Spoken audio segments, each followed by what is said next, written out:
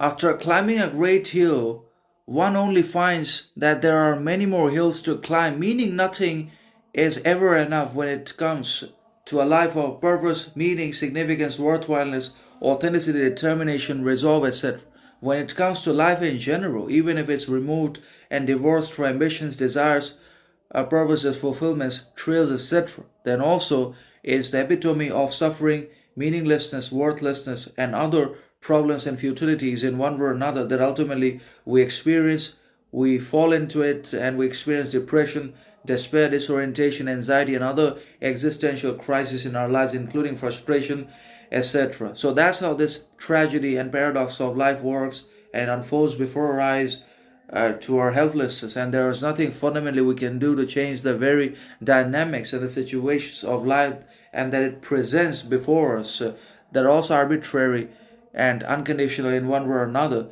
So obviously, never say never. When it comes to life, almost anything can happen, either in accordance or because of the universal decisions, because of the universe, and also because of ourselves, because of our unconscious, and also in accordance with our actions, desires, attitudes, behaviors, mindsets. Anything can happen or occur at any point in time, either in the form of basically betrayal, rejection, backstabbing, corruption from the others, and rarely anything good, productive, progressive that happens in life is really appreciable, but only life for the majority is the composition and combination of suffering, torment, tragedy, pain, despair, crisis, frustration, and all of the problems that are insurmountable, invincible, indomitable anyways. We cannot dominate, control, and somehow defeat or conquer these problems because they are fundamentally associated with a